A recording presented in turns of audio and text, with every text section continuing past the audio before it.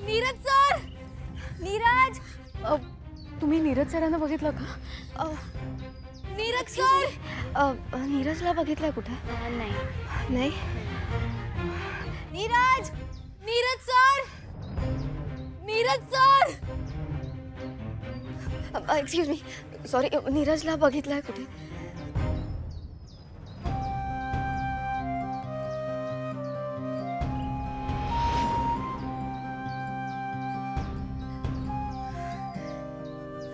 नीरज।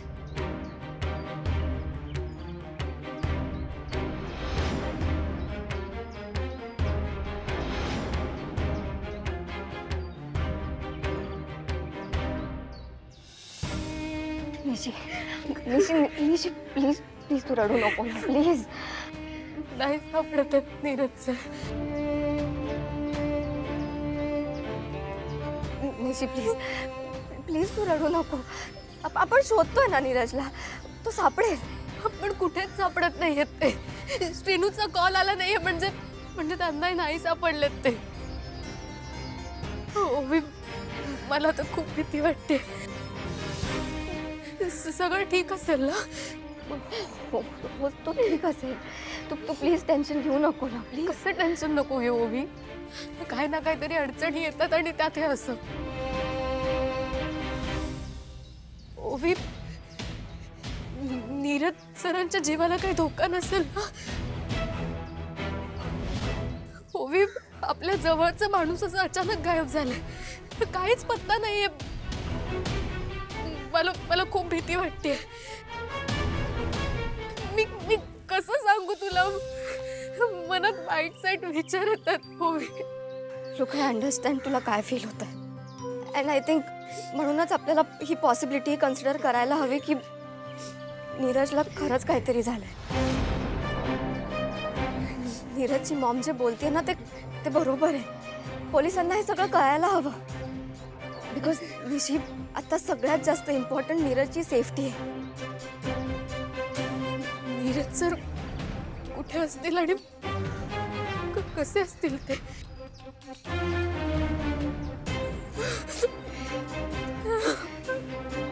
निशी, निशी please please तू रडू नको, प्लीज.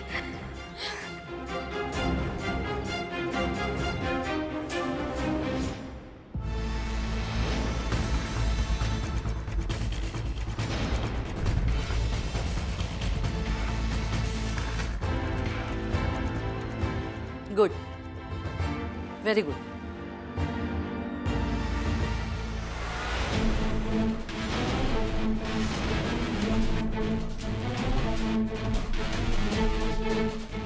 पण खरी जबाबदारी यापुढे आहे. तो काय लहान बाळ नाहीये की त्याला मी उचलून मुंबईला घेऊन जाईल. म्हणूनच हा प्लॅन वर्क होणं माझ्यासाठी खूप महत्त्वाचं आहे. हे सगळं खोतांनीच घडवून आणलंय असं त्याच्या मनात भरवा. जोपर्यंत नीरज त्या मुलीला कायमचा विसरत नाही तोपर्यंत त्याला इथून सोडता येणार नाही. आलं लक्षात? हो. या आता.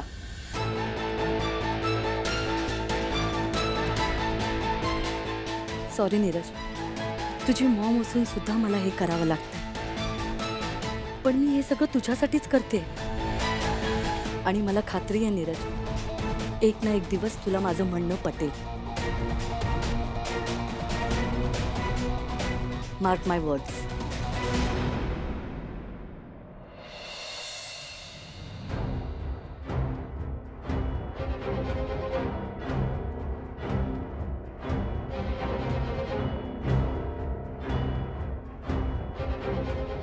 अजून कोणीच कसं आलं नाहीये.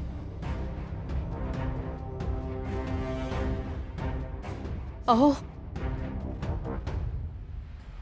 काय करायचं आता? पोरा खयत काय कळत नाही. ते रघुनाथ काय करतलो? ज्याची त्याची कर्म असंच. मला तर खूप भीती वाटते. त्याला काही झालं तर?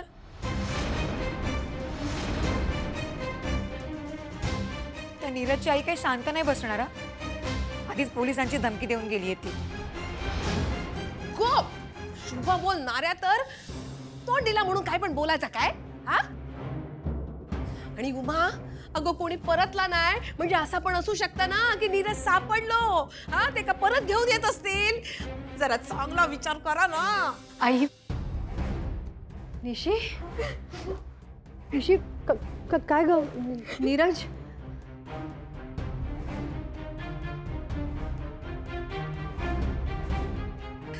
सापडा तू तू काळजी करू नकोस. सगळीकडे शोधलात का तुम्ही? हो सगळीकडे शोधलं. श्रीनिवास आणि बंधू काका पण शोधतात. निशी अगं रडून काय होणार हा? अजून सापडलं नाही म्हणून काय झालं? श्रीनुक सापडतील ते दादा आम्ही दोघांनी गावातली एक जागा नाही सोडला. सगळीकडे चौकशी केली पण नीरज कुठेच नाहीये.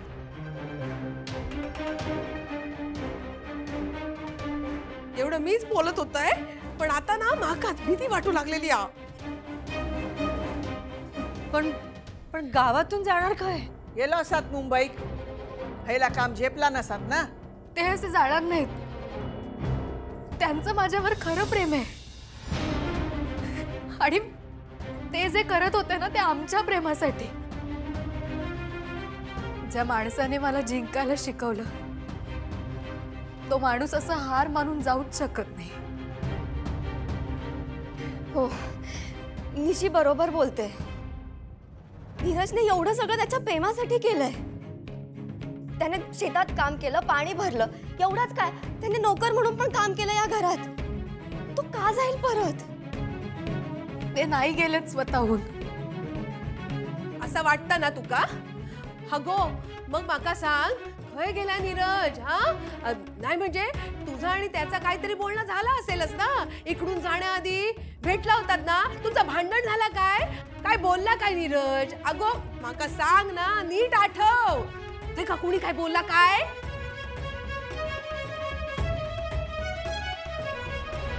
किती सांगितलं ना तरी तू निशिक भेटणारच. पण आता तुझी अशी सोय करून ठेवताय ना की निशिक भेटूक तर सोड रे, बघूक पण तुका मिळणार नाही.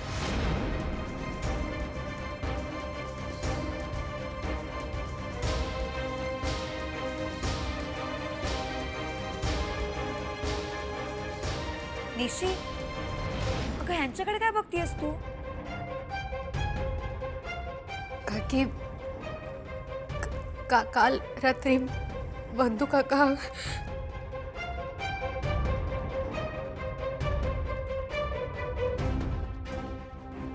काका काल रात्री त्यांना रागात बोलला होता.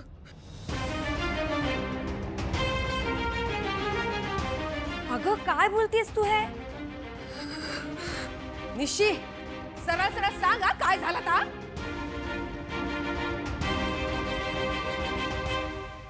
काल मी नीरज सरांना भेटायला गेले होते. तिथे बंधू काका आला आणि त्याने मला हात धरून घरात ओढत नेलं आणि जाता जाता तो नीरज सरांना बोलला, मी तुझी अशी व्यवस्था करेन की निशीला भेटणं सोड. तू तिला परत कधीच बघू शकणार नाही.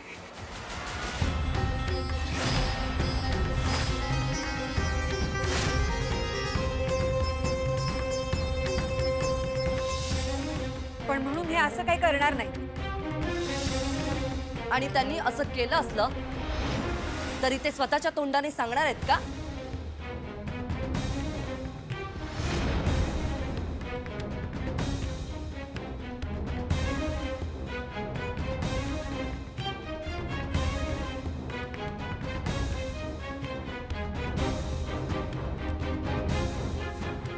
इन्स्पेक्टर साहेब, ऐकलत ना तुम्ही? धमकी दिली होती ह्या माणसाने माझ्या मुलाला. आणि फक्त धमकी नाही तर ह्या माणसाने तसं करून दाखवलं.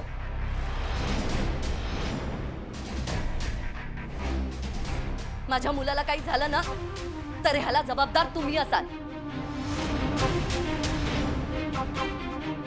सांगा कुठे आहे माझा नीरज?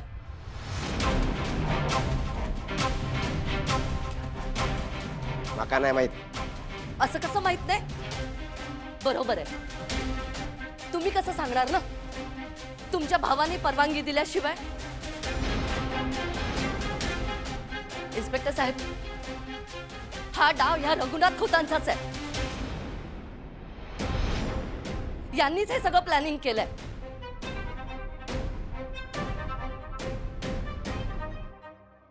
आत्ताच त्यांच्या मुलींनी सांगितलं ना की काल नेमकं काय झालं होतं ते.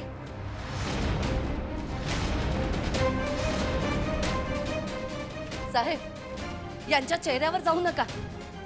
यांनी खूप छळलंय माझ्या मुलाला, टॉर्चर केलंय त्याला. ह्या घरात राबताना मी पाहिलंय माझ्या मुलाला. नको नको ती शिक्षा दिली या लोकांनी. काय गुन्हा होता माझ्या मुलाचा? तर त्याने प्रेम केलं. आहे कुठे शिक्षा कायद्यात प्रेम करण्यासाठी? पण तुम्ही ती शिक्षा त्याला दिली. खूप पोचलेली आहे ही माणसं.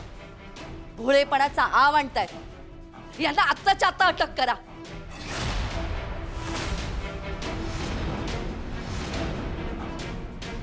मॅडम, तुमचं मुलाबद्दलचं प्रेम आम्हाला कळतंय, पण कायद्याला पुरावा लागतो. आणि सध्या तरी यांच्या विरुद्ध कोणता ठोस पुरावा नाहीये. आता केवळ संशयित म्हणून आम्हाला याची चौकशी करावी लागेल. खोतांच्या घरात चौकशी? कोणाची? माझ्या लेकाची? अख्खो गाव दादा खोत म्हणतात माझ्या लेकाक. आजवर कितीतरी न्याय निवाडे त्याने स्वतः केलेले असत आणि आज त्याच्यावर संशय कोण कसं घेऊ शकता?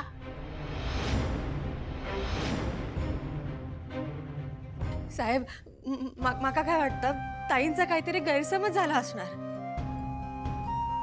हो, हे असं काय करणार नाहीत. गावात जर कधी कोणाचा काही चुकला ना तर कडक शब्दात सुनावतील ते. स्वतः कधी काही चुकीचं करणार नाहीत. आणि हे माझे धीर, हे पण असेच आहेत. तुम्ही तुमच्या मुलीच्या तोंडून सत्य ऐकलंय ना? तुमच्या या लक्ष्मणासारख्या धीराने माझ्या मुलाला धमकी दिली होती. हो, रागाच्या भरात बोलून गेले असतील ते, पण त्यांनी नक्कीच नीरजला काहीही केलेले नाहीये. हे बघा मॅडम, दिसतं तसं नसतं. आणि गुन्हा करणारा गुन्हा सांगून करत नाही. आणि या मॅडमनी चौकीत येऊन तक्रार दाखल केली आहे. आमचा नाईलाज आहे. आणि मुलगा गायब झाला आणि तो तुमच्या घरात राहत होता तर तुमच्याकडे चौकशी करावी लागणारच ना.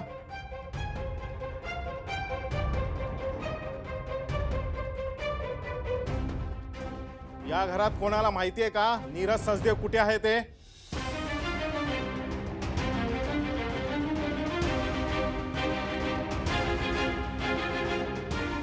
तुम्ही ह्यांना कशाला विचारताय? हिला विचारा.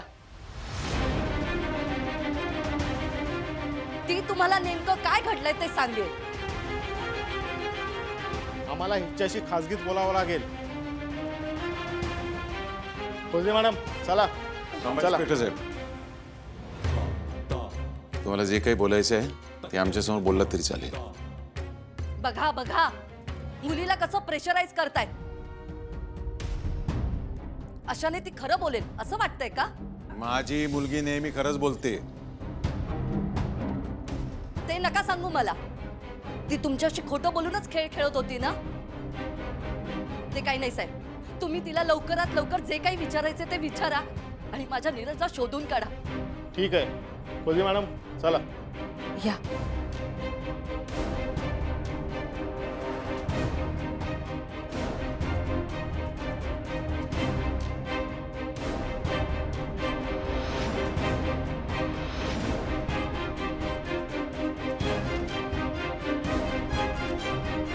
काढ त्याचा रुमाल. हे घे, खाऊन घे.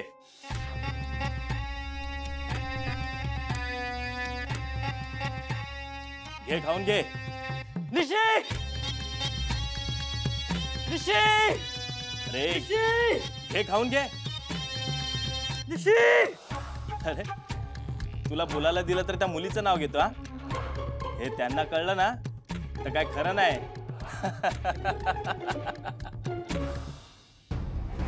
कोणाला कळलं तर खरं नाही. कोणी पाठवलं तुम्हाला? नाव न सांगण्यासाठी पैसे मोजले त्यांनी. तेव्हा आता आम्हाला प्रश्न विचारायचे नाहीत. दादा खोतांच्या मुलीपासून दूर राहायचं, तिला विसरून जायचं. इम्पॉसिबल. तुम्ही जरी मला आयुष्यभर इथे डांबून ठेवलं ना तरी माझ्या मनातलं तिच्याबद्दल प्रेम कमी होणार नाही. तिच्या मनातलं प्रेम कमी झालं तर, ती तुला विसरून गेली तर काय करणार? नाही, माझी निशी असं नाही करणार. वाट बघ. घे खाऊन घे. अरे घे खाऊन घे. घे अरे घे खाऊन घे.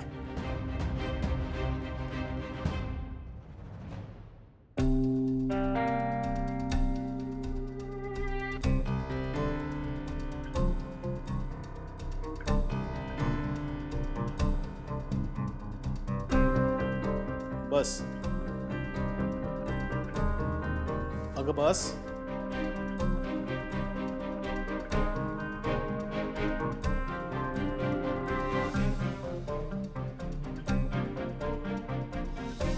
पूर्ण नाव काय तुझं? निशिगंधा रघुनाथ खोत. नीरज सचदेवशी तुझा काय संबंध?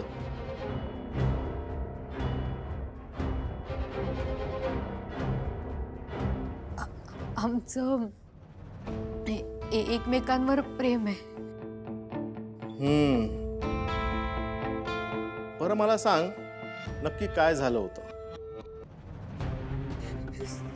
सर, बंधू काकाची यात काही चूक नाहीये. तो निर्दोष आहे. त्याने खरंच काही केलं नाही. मी आणि नीरज सर बोलत होतो आणि तो तिथे फक्त आला. त्याने तो रागवला.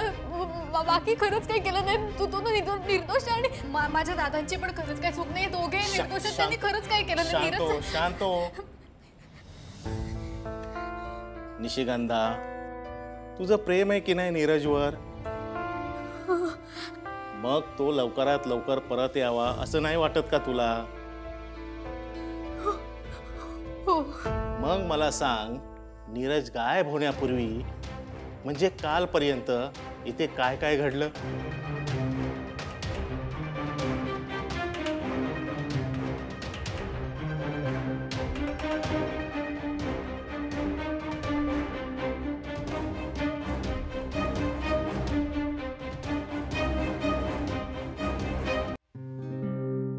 या पोरीने काय उलट सुलट सांगायला नको, नाहीतर तुम्हाला तुरुंगात जायला लागायचं.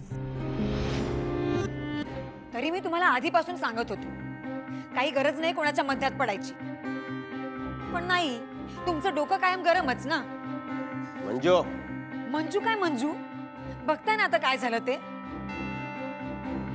मंजू, अगं असं काय बोलतोस? खोडाच्या मध्यात म्हणजे घरातलीच माणसं आहात ना. घरात असं काय घडलं की आपण एकमेकांका सांगताच ना. माफ करा उमाताई, लग्न ठरेपर्यंत तसंही आम्हाला काही सांगितलं नव्हतं. आणि आता काय? आता तर निशिने ह्यांचं नाव घेतलंय. संशयाची सुई तर ह्यांच्याकडे. मंजू, अहो दादा, पण ठेवा आता. आधीच लोक घरात सुरुंग लावून टाकलेली असत.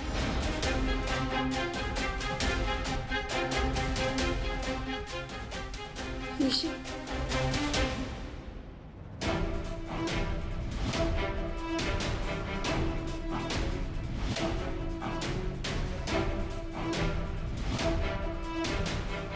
तुम्ही त्या मुलाला किती त्रास दिलाय हे आम्हाला तुमच्याच मुलीकडून समजलंय.